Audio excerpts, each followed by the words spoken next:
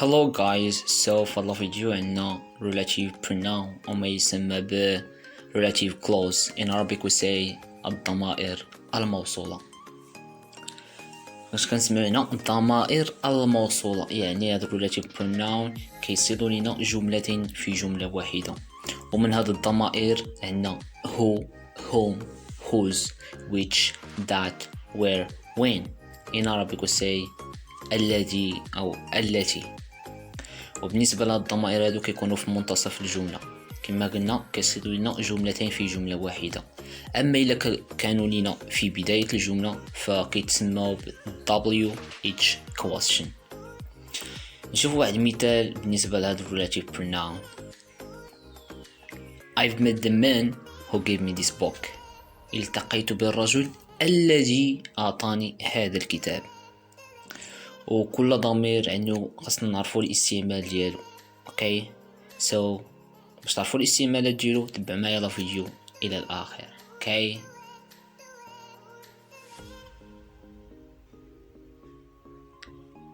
اوكي دابا غادي نشوفوا متى كنستعملوا هو وهم. بالنسبه لهو وهم كيمشيو لينا مع العاقل، ولكن الفرق اللي بيناتهم هو انه كيتبع verb، وبالنسبه لهم كيتبعوا subject. اوكي نعطيو مثال باش نفهمو مزيان. اوكي the first sentence, the person who is standing there is my son. الشخص الذي يقف هناك هو ابني.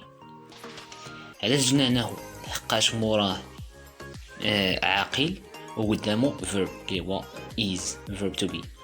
الجملة الثانية كتقول this is the person whom I met yesterday. هذا هو الشخص الذي التقيت به البارحة. علاش قلنا هنا هم؟ لحقاش موراه عاقل وقدامه subject اللي هو I. اوكي دابا غادي نعرفو نبدا كنستعملو which or that. which كتمشي مع لي غير العاقل، اما بالنسبه لذات كتمشي مع لي عاقل وغير العاقل. اوكي for example the computer which on the table is made in China. الكمبيوتر الذي على الطاولة مصنوع في الصين. يعني قلنا which حقاش وقلنا اصلا which كتمشي مع لي غير العاقل and the computer هو لغير العاقل. اوكي بالنسبة الجملة الثانية كتقول the computer that on the table is made in China. لا علاش درنا هنا that؟ لحقاش موراه غير العاقل، وكما قلنا بالنسبة لذات كتمشي مع العاقل ولا غير العاقل. بالنسبة لذات بحال هو.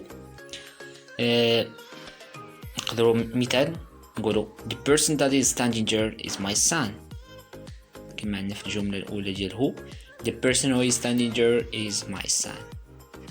اوكي اما بالنسبة لهوز بالنسبة لهوز كنمشي مع الملكية. for example I met the woman whose son is a doctor. التقيت بالمرأة التي ولدها طبيب. وعندكم هنا تغلطوا بين whose و who and whom. اوكي whose كتمشي مع الملكية.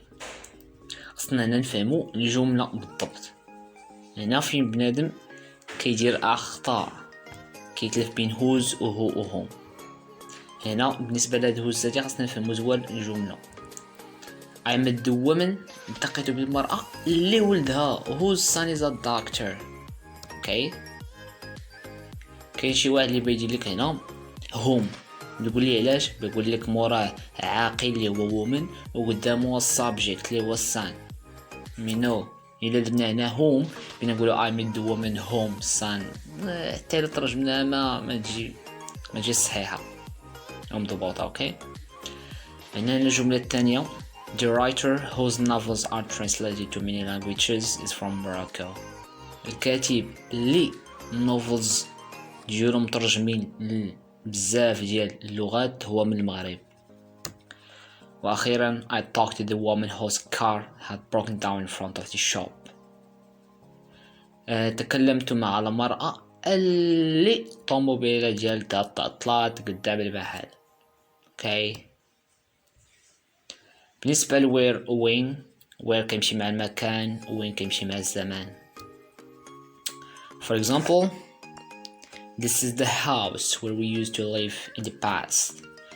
هنا house يعني house هنا this is the house يعني هنا كنتحدثوا على المكان، داكشي علاش درنا هنا where. وبزاف في الجمعة تلقاو ديك ليف باش بان لكم ليف عرفوا بلي غنديرو where. الجملة الثانية كتقول I like this city where my parents lived a long time ago. in a city when I live, so غنديرو where. واخيرا 7 o'clock is the time when the students go to school. علاش درنا هنا وين؟ لحقاش عندنا هنا time الزمان. اوكي بزاف الجمعة تلقاو ديك time، so داكشي علاش بغينا نعرفو بغينا نعرفو اننا غادي نحطو وين. اوكي باختصار هو كيمشي مع العاقل وكيتبعو verb، home كيمشي مع العاقل وكيتبعو subject. بالنسبة لويتش و ضاد بجوجهم كيمشيو مع اللي غير العاقل، غير ضاد ايضا يمكن ليها تمشي مع العاقل بحال هو. بالنسبة لهوز كتمشي مع الملكية، وبالنسبة لوير كيمشي مع المكان، وين كيمشي مع الزمان. اوكي دابا غادي نشوفو واحد التمرين باش نشوفو واش فهمنا مزيان or not. Okay. The first sentence, do you know the boy when you're reading content in your school? واش بغينا نديرو whose or home or who. إلا قلنا home قلنا مثلا نديرو هنا home. Do you know the boy home on? No. علاش قلنا home كيتبع العاقل. yes هنا عندنا عاقل the boy، ولكن هنا عندنا verb و home كيتبع subject. okay. بالنسبة لهوز do you know the boy who's won your reading? no. who's قلنا كنمشي مع الملكية، so الصحيح هو who. do you know the boy who؟ هل تعرف الولد الذي ربح the reading content in your school. okay. الجملة الثانية كتقول the boy father is a policeman is my classmate. الولد اللي باه بوليسي هو زميلي في القسم. واش بغينا نقولو home or who or whose. نجربو home. the boy home father is a policeman is my classmate. قلنا home كيمشي مع العاقل، عندنا the boy يعني عاقل، وقلنا كيتبعو subject والسابجكت هنا هو father. yes ولكن في الجملة ما جاتش هي هذيك. اوكي بالنسبة لهو و هوم و هوز ردوا مزيان الجملة. اوكي فالثلاثة هادو فاش كيغلطوا الناس بزاف ما كيعرفوش بغا يدير هوز ولا هوم ولا هو. بالنسبة له راه كتكون باينة يعني كيتبعها verb، وايضا هوم كيتبعها السابجيكت. مي بعض المرات كتدخل لهم ديك هوز هي اللي كتدير لهم اشكال. مي no problem. the boy واش نديرو هو؟ no حقاش قلنا هو كيتبع verb، هنا عندنا subject، so صحيح هي whose. the boy whose father يعني الولد اللي أباه بوليسي زميلي في القسم. اوكي هنا الجملة الثالثة the laptop is there is mine. الحاسوب الذي هناك ملكي، يعني البيسي اللي كاين تماك ديالي. اوكي واش بغينا نقولو where or which or whose. where no لحقاش where قلنا كتمشي مع المكان. اوكي واش whose كتمشي مع الملكية. هنا قلت غير البيسي اللي تماك، هنا ما الجملة ما كتعبرش لينا على الملكية. الجواب الصحيح هو which، وقلنا which كتمشي مع الغير العاقل، ودي اللابتوب هو من الغير العاقل. اوكي the fourth ندى is this the girl found you this morning. واش هذه هي الفتاة اللي اتصلت بك هذا الصباح. واش بغينا نديرو when who that. قلنا داد كتمشي مع العاقل واللي غير العاقل. واش اوكي الجواب هو. ايضا نقدروا نقولوا ايضا that.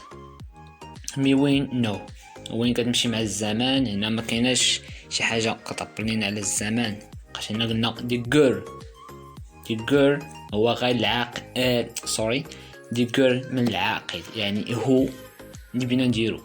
ايضا نقدروا نديرو حتى that لحقاش قلنا that بحال هو. اوكي هنا لينا yes and she's the one you saw with me in the cafeteria. واش بدنا نديرو home who's who؟ نديرو هو no هو قلنا كيتبع verb وهنا subject who's. هنا ما كايناش شي حاجه في هذه الجمله كتعبر لينا على الملكيه. so home and she's the one whom you saw with me in the cafeteria. وقلنا home كتمشي مع العاقل وكيتبع subject والسبجكت هنايا اللي هو you. the fifth this is the city I want to live. هذه هي المدينة اللي بغيت نعيش فيها. واش نديرو where when home. هنا كتهضر لنا على السيتي، يعني فاش كنسمع السيتي وهنا في الجملة live يعني باينة بلي اننا نديرو where، يعني كتهضر لنا على المكان. ستة she was born in a time life was difficult for girls. كانت كتعيش في واحد الوقت اللي الحياة كانت صعيبة للفتيات. واش وين where هو. قلنا هو كتمشي كتبع verb اوكي. where كيمشي مع المكان. مينا وين كنهضروا على الزمان التايم. بزاف الا بان لكم تايم مرفوع بدي بينا نديرو وين. 7th don't talk to people you have never met. ما تهضرش مع الناس اللي ما عمرك تلاقيتي معاهم من قبل. واش بدنا نديرو who whom which. بالنسبه لويتش كنمشي مع غير العاقل وهنا دي people يعني عاقل. فاش كنسمعوا عاقل يعني يا اما هو يا اما هم. هم كيتبع subject وهو كيتبع verb وهنايا عندنا subject اللي هو you. so غنديرو home. 7th the sentences our teacher wrote on the board are difficult. الجمل اللي كتب الاستاذ ديالنا في السبوره ما كانوش صعاب. واش غنديرو who's that home. يلا جاوبوا على اخر جمله. 5 4 3 2 1 والجواب هو that اوكي. لحقاش ما كايناش هنا شي حاجه كتعبر على الملكيه باش نديرو هوز. وقلنا هوم كيمشي مع العاقل. هنا عندنا دي sentences ودي sentences are هما ماشي عاقل. اوكي الى هنا نصل الى نهايه الفيديو. اراكم في فيديو اخر ان شاء الله. كنتمنى يعجبكم الفيديو وما تبخلوش علينا بسبسكرايب لايك and share with your friends. Bye bye.